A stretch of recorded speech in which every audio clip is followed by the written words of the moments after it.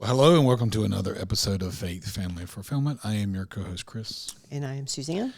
And I'm occasionally living with someone who has letters behind their name.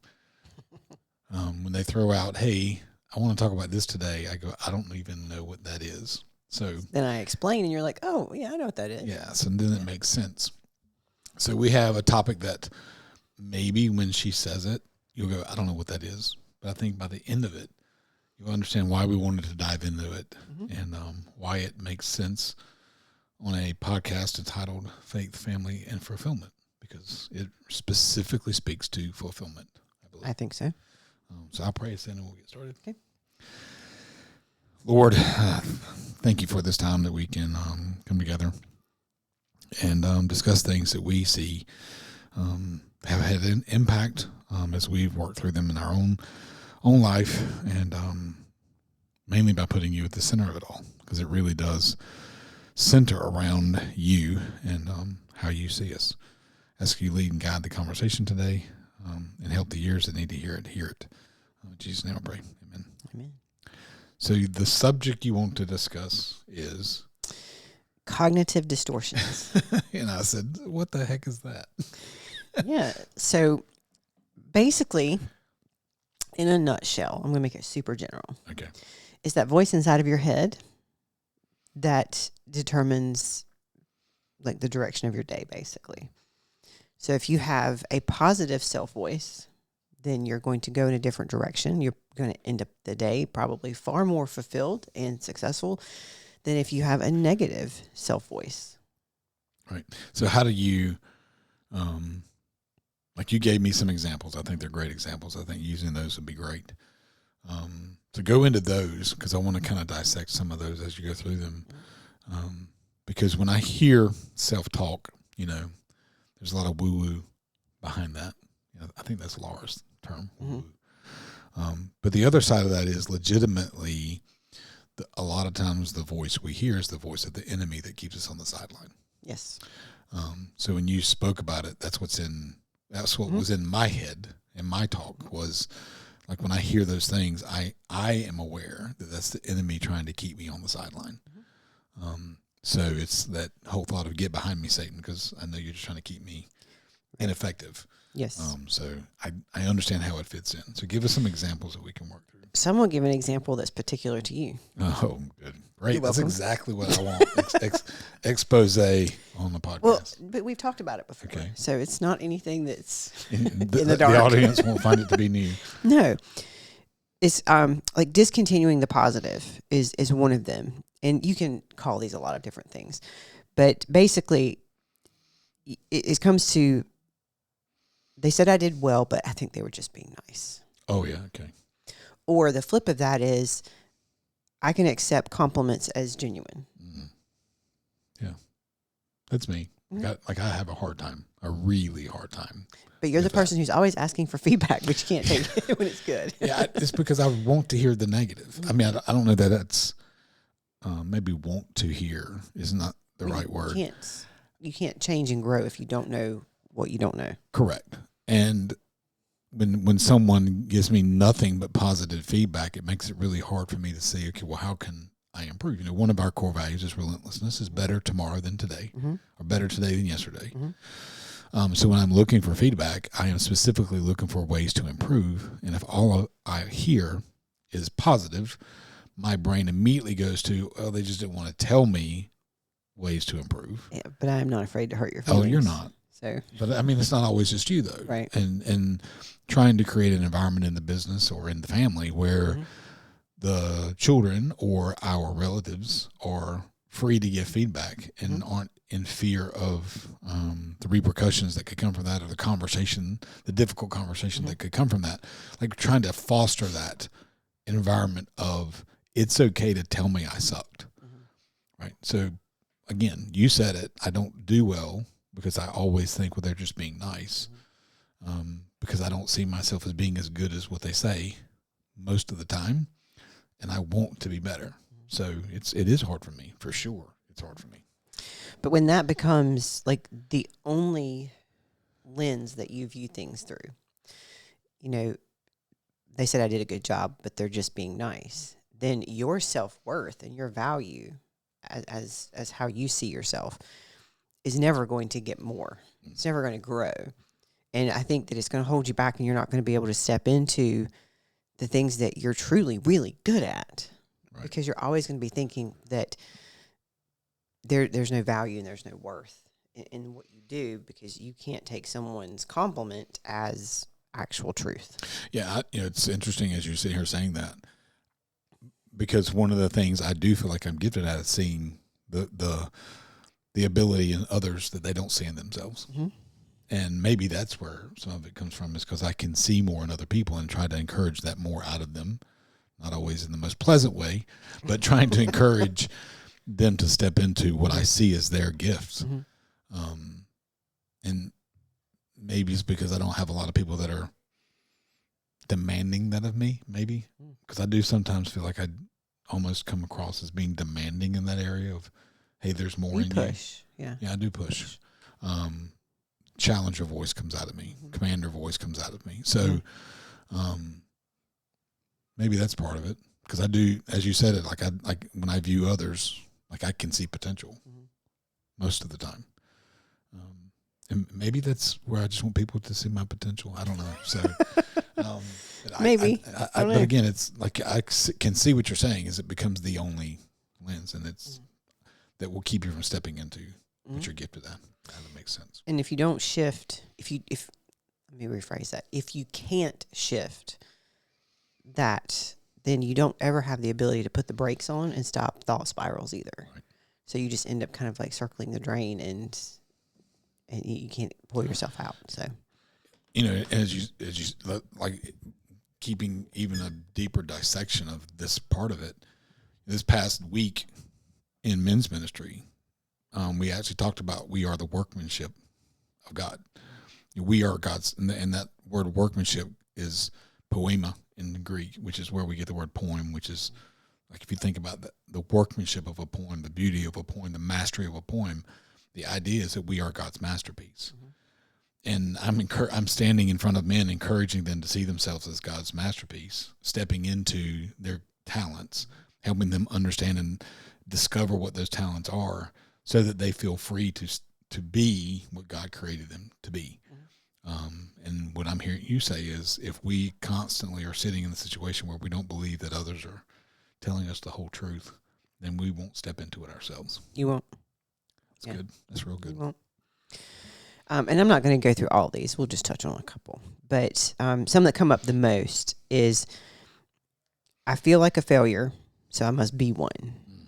That's an emotional reasoning. Because I feel it must be true. Right. Well, if you have ever had a teenager, you know that feelings becoming facts are kind of a daily occurrence. Oh, well, I can only speak to having a house full of female teenagers. Yeah, who were blessedly not super dramatic, but we're not.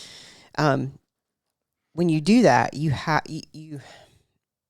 become caught up in the immediacy, the now, the present, and you can't see any value in what you've come through, and you definitely can't see anything moving forward because you're stuck in the moment, because you're stuck in your feelings. Mm. The difference, or the opposite side of that, would be understanding that feelings aren't facts. So you might feel like a failure in the moment, and this is something I encourage clients with all the time. You can fail at something and still be successful. Oh. Because a failure is just one way it won't work. In my mind, that's not failure. It's not a negative. It's a positive. Okay, that's not going to work for you. Awesome. Put it to the side. Don't try it again. Right. You know it doesn't work. But a lot of people will step into that, well, it didn't work, and they live in it, because then that lack of success in their eyes becomes who they are, becomes an identity. But it's okay to look at something and feel a certain way. That doesn't mean you're going to feel that way forever. And you have to be able to think your way out of that. Right. Yeah. So, and again, I actually looked it up. The verse that we spoke on Tuesday night was Ephesians 2:10. It says, "Instead, we are God's workmanship, created in Christ Jesus to do good things, God planned these good things to be the way that we live our lives. Well, it doesn't say plan to do a good thing. Mm-hmm.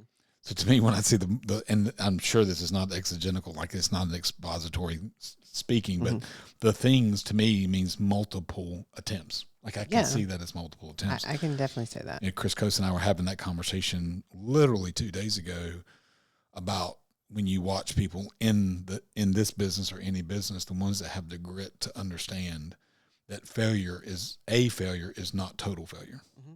You know, it's the you can't get to success without multiple failures along the way. Right. And anybody that's been highly successful in the business space, you can look at their life and it will be filled with failure. Mm-hmm. The difference is the grit to get back up. Mm-hmm. You know, Jesse Isler says that what he sees is the most common trait among people who are successful is grit, the ability to just grind out what's next, step forward, and understand that failure is just part of the process. And then I see individuals, you know, both in the business and couples we've worked with, that one attempt at trying to get better, the one attempt at trying to heal that didn't work becomes how they identify. Yes.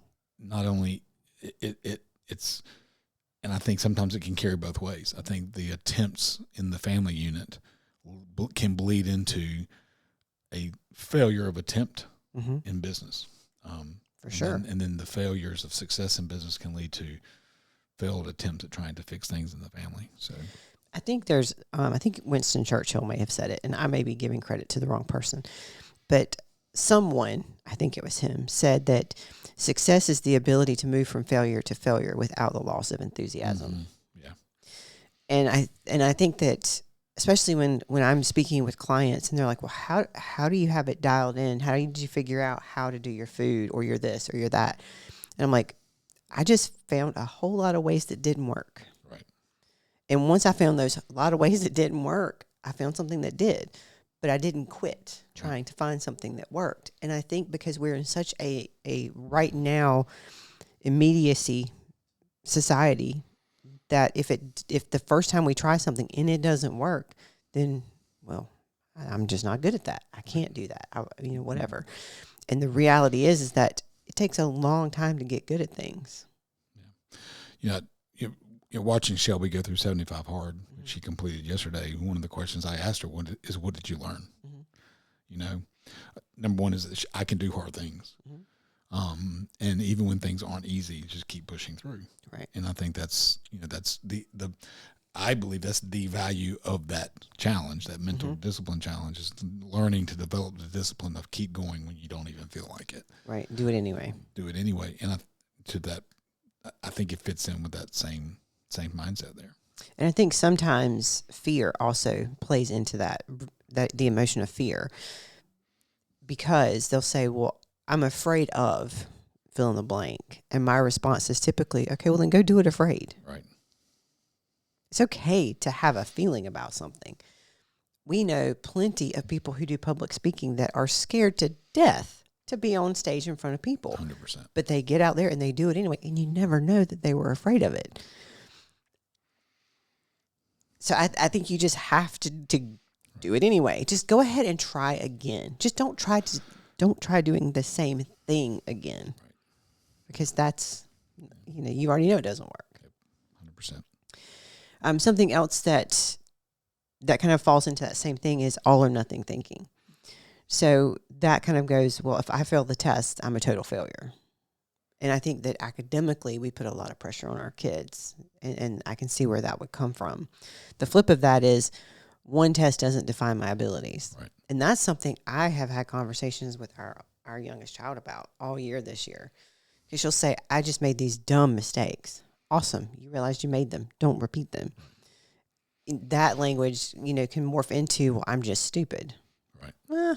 Probably not. That's a whole nother thing, but that's called labeling. But, it's just that all or nothing. Like if I don't get this job, then my life is over. Right.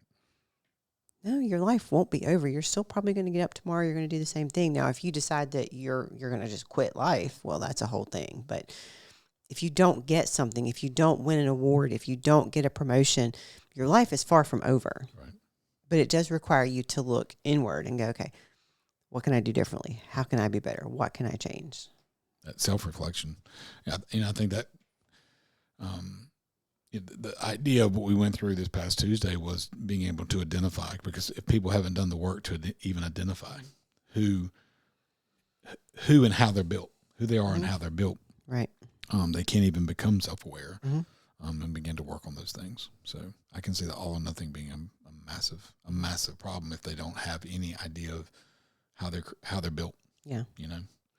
And I think that the next thing that people do far too often is personalize things. Mm-hmm. So someone spoke harshly to you in a store. Someone treated you poorly. You didn't get good customer service, whatever. And you internalize that it must be you is the reason. And the opposite of that is how they responded to me or how they treated me really doesn't have anything to do with me. Right. They don't know me. And I've said that at least once a week to people. How people feel about me, how they talk about me, how they think about me, unless they know me very well, is none of my business. Right. If they're having a bad day, it's not on me. It's not because of me. I didn't do it. The person, didn't smile at me, tell me have a good day when they served me my coffee. Has nothing to do with me. And it's interesting to me too that we personalize the negative, but how many people go through the Chick-fil-A drive-thru and go, "Oh, I must be special because they treated me so amazing." Right. Right. They only personalize it when it's not good. Right. We only personalize the negative. Well, because evidently everybody at Chick-fil-A knows me and knows what an amazing person I am because they are so sweet to me when I get through the drive-thru. They're just like, "Oh, I've got to honor Chris." Yeah. No, they're performing as they're asked to. Right. And sometimes that can go south, and it's not about us. Right. Yeah. And that goes to one of the others, which is mental filtering, which is we tend to really expand on the negative and fail to see any positive. Right. So it's they criticize my work, so the whole thing must be bad. Right. Rather than looking at it and go, yeah, there were some critiques, but overall it was positive. Right. Why it is our brain goes to the negative so frequently is beyond me. Yeah. I can't explain that in. So I think I might 5 be able. minutes. Okay, so I want to try to explain it. There's a book I'm going to recommend, a book called The Power of No. Yes. Where it actually says part of the reason we're wired that way is for survival. And I'll go back to, let's say, early days of human civilization. Mm-hmm. Don't eat that berry because the last time somebody ate that berry, somebody died. Right. So you need to remember not to eat that berry. Right. Versus, man, when we use these 9 berries, it's an amazing soup or whatever. It's like we have to remember what can kill us. So I think our brains are automatically wired to go to the negative. And I think it's our job to understand that, yes, there is spaces that can kill us in life. Right. But overall, we're meant to do and go and create and be positive and like look at that the creation side of things. So I in the 5-minute quick, go read that book. Yeah, it'll tell you why you're wired. And I think it can come back to a lot of times in interactions that we have, if something doesn't go exactly as planned because your ADHD brain. Oh yeah, I'm the only one with that. No, I'm not picking on you because of that. I'm just saying because of that, if there's no plan, you're perfectly copacetic flying by the seat of your pants. But 100%. As soon as there is a plan, it better be followed to the letter 100%. Or else I am going to lose my mind. 100%. And 100%. And my approach to that aspect of your personality is to go, I'm sure it's going to work out. Let's just figure it out. Right. So that's kind of the two extremes of the filtering. 100%. That is exact. In fact, when you go through the Gallup talents, and one of the things it talks about is strategy, it actually speaks to that. Because I am 100% willing to jump without a parachute, not even having the ability to build one. Right. Like some people say, I'll jump and build the parachute on the way down. I'll jump with no ingredients of a parachute. Unfortunately, yes. But because of my ability to make order out of chaos, then once I've made the order, you got to stick to the order. Yeah. It's for real. It's a real thing. Yeah. Real thing. Yeah. But it makes me fulfilled. So does me telling you. I'm sure it'll be fine. We'll figure it out. It'll work out. Right. You don't have to be the schedule Nazi. Well, that wasn't where I was going with that, but okay, yeah. Gotcha. Yeah. Let's see. We did all or nothing. Overgeneralizing. So I always mess things up. I hear that so often, mostly from women, and I'm not generalizing and not doing that thing right now, but because I think I probably see more women than men, but I hear that a lot. Like, you know, and it's an always or never. Like, I'm just always messing things up. I'm just always messing things up. Well, the flip of that is sometimes I make mistakes, but I do also get things right. Right. But we are so quick to go, I always mess things up. Well, do you really? Right. I'm pretty sure that's not the case. It's not always. I mean, there's only been one time in all of our therapy sessions that we've ever had that when I made the statement and the therapist says, you can't say always. We looked at her and goes, no, he's right. It's always. Yeah. But again, it's hardly ever. Yeah. It's hardly ever always or never either good or bad. No. So it's the ability to examine things and say, hey, there's some of each. And then how can I expand on the things that are moving me forward toward what God's calling me or created me to do. And I think it's important too, when you look at the things when you say, like, I always mess things up.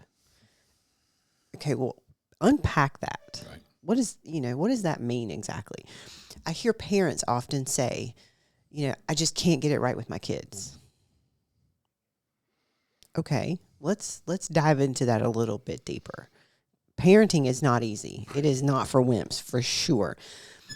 But saying that you just can't get things right with your kids, I think if I were to ask your kids how many things you get right every day, they would give me a long list. Yeah, and I'll give what I feel like is a good example of that. When we had the last family meeting and Mom made a statement, and I stopped her and I said, do you feel like you raised failures? And she's very quick to talk about and compliment Stephanie and I, and not understanding her role in who we are. Right. Because I feel like she did an amazing. I think both sets of our parents did an amazing job of raising children. Now I think sometimes it's they got to realize that role in their life is over, like we're raised. But I think they did an amazing job, and when I look at the fruit of it, then it's pretty obvious. The interesting thing is that my mother, until I asked her that question, couldn't conceive of it that way. I think a lot of times that as a parent, you do feel like a failure because you're getting hit with so many things every single day. But at the end of the day, when you look at things, I mean, and I don't want to make light, so I'm not going to say what's kind of on my brain right now because I don't want to make light of anybody's situation. But I think when you really unpack, there's a book called It Could Be Worse. Oh, yeah. I think that we need to understand that wherever we feel like we have shortcomings in that department, it could be worse. Yeah, if we all walked around with what our issues were in a big board above our head, most of the time I think that we would understand that lots of people would trade theirs for ours. Oh, absolutely. And, I mean, that's where my brain goes in that space. It always could be worse for sure. Yeah, but that doesn't mean we need to go down that path all the time. Right. Yeah, 100%. Yeah. We'll touch on one last one. So jumping to conclusions or reading minds. So, and this is funny. I hear this so often. Well, they haven't texted back. They must be mad at me. I'm like, well, clearly you've not met any of the 5 people that live under our roof, or 4 now, but because that's kind of a common thread. Yeah, I'll get a text back from Gabrielle that's 3 weeks ago. Well, I've sent her several in the last 24 hours. Right. Or nothing. Yeah. And the flip of that is there could be a lot of reasons why they haven't responded. So I think when we internalize things to the point and personalize them, like these all kind of go together, and think that for some reason, we're reading their mind, they've got to be mad at me because they've not texted me back. Well, I will tell you from my own personal experience, and I tell people this all the time, if you text me and you've not heard back from me inside of, say, 2 hours, send it again. I'm not ignoring you. It's a very good likelihood that there have been 25 come in since then, so you are not on my screen. Right. And I haven't scrolled down to dig through what's what's below that. Yeah. So bump yourself back to the top of my list. The other thing I tell people is if you ask me for something and I tell you that I'll be happy to help you with it, make sure I do one of two things. I either put it in my phone or I write it down. Yeah. Otherwise, you're going to think that I don't care and I forget you, when the truth is I care a lot, but I absolutely forgot you. Right. Yeah, that's good. And I think the other part of that jumping to conclusions is, we base how we see others based on history and or how we would handle it. Yeah. I'm just going to speak to me. So I think a lot of times that there are people in my life that have seen my history, how I have shown up in the past, and automatically apply that past to now. Where, I said in the earliest part of this, looking for personal growth, looking for ways to become better. Because one particular instance shines for me. Like we had a family circle meeting. I think it was in November. It was in the fall of the year. And I had kind of stepped away from trying to plan those and trying to do those because I felt like, and I had been told that it was an overstepping of my role, handing it off to the patriarch of the family, which is dad. Right. And in that view of it, it was seen as if I was just done with it and didn't want to do it anymore, when I was really trying to be honoring of how it should be structured, like trying to be a better me, trying to step in and go, I'm not going to overstep my bounds. I'm not going to impose my thoughts. I'm not going to because I can be imposing, and trying to get better at that. And when it was exposed in the conversation, it was like, made sense. I mean, right. Stephanie goes, oh, well, now it makes sense. Right. And she admitted it prior to that conversation. All she saw was I was just done. Mm-hmm. And that wasn't the case. I was really excited that we were still getting together and growing and honoring each other and getting better at communication. I mean, everything around those has improved, I believe, our family's communication and relationship. So I definitely wouldn't want to step away from it. But I'm also realizing I am way overstepping my bounds. Right. So I think that becomes exactly what you're saying, is trying to read someone else's mind based on how they've always continually shown up in the past, when the best thing we can do is just communicate how we're seeing things so that there can be conversation. Right. Because all of those are self-communications. Right. They're all in your noggin. Right. So sometimes you have to stop narrating your own story to your detriment. Right.